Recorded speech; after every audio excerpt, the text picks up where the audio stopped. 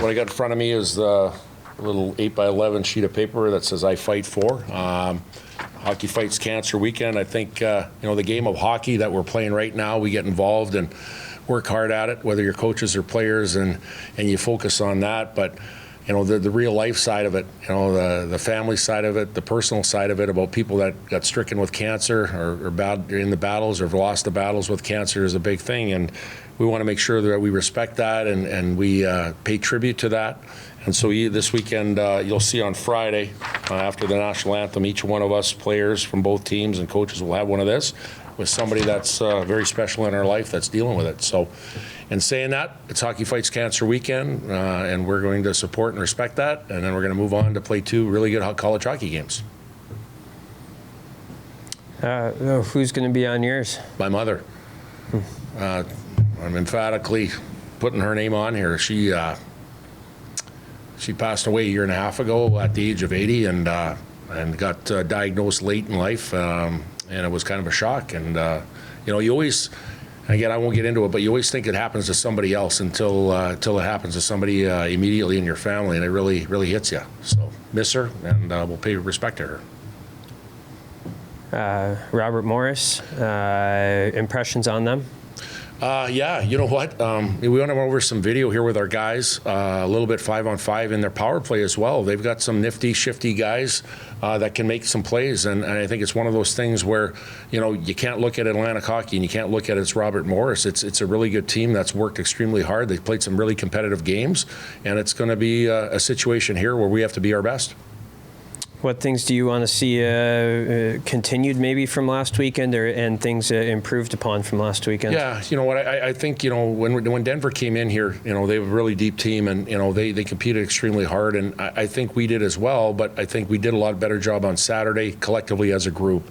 And I think, those puck races and puck battles, and you hear me say that all the time, but that allows you to make plays. That allows you to have the puck. That allows you to create offense to do that. And I think basically just, having that Friday night mentality of having everybody on board, whether it's a line or a D pair that are working together, that are on the same page, that are bringing it, and that's the main focus.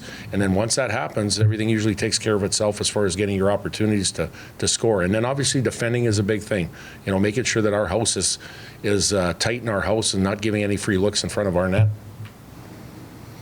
Tanner Komzak dressed last weekend. Is he? I don't know if he played a shift, but is he available? Yeah. So we were one under. Obviously, he can dress 21 players. We didn't do that on Friday. We had 20, and then he was the 21st on Saturday, and that was more of a, having something, if something went wrong or somebody got hurt or something happened, that he could be put into play. It was probably unfair to him to play him because of the fact that he had one practice. He's been out for 2-3 weeks, had one practice in him.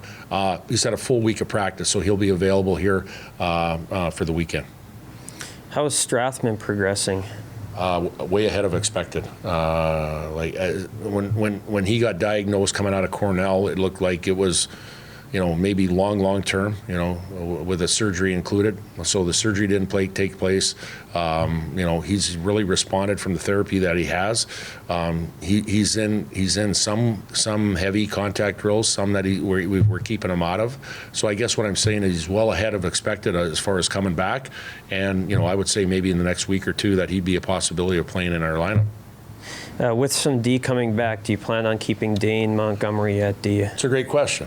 As of now, yes. He's done a lot to help our D core back there, not only defensively but offensively. But I think once we get guys back, then we'll make that decision. And it depends what our forward group looks like here too, as far as the health of that or that side of it here. So I think as of now, he will be. And then at the end of the day, we'll keep looking forward. But I tell you, what a positive part of our group he's been. What are you seeing from Ben Strinden in the last couple weekends here? Taking another step in his development. We always knew Ben was a big power forward. There were some things in his game that he needed to clean up and be more consistent at, and now you're seeing it. And I think what he's doing, he's a hard guy to play against. I think he's a guy that, when he gets on a forecheck or when he gets in the offensive zone, he's starting to protect pucks better. He's using his stick to separate pucks. And now you're seeing some playmaking and some offense come out of him too. And, I think that line over the last 2-3 weekends have been really good as far as, sustaining ozone play. Him and Max Swanson and Carter Wilkie, they're finding a groove together and playing consistent. But he's taken another step, and that comes from being a little bit older right now and knowing kind of college hockey, what it is and what gives you success in college hockey if you do it on a consistent basis. Really proud of Brandon. Really proud of Ben on what he's doing. How important is positivity after the first 6 weeks? It's everything, and it's tough. At the end of the day, when you're coaching, it's tough. You got to be accountable, though, right? At the end of the day, like, there's positivity and there's fluff positivity.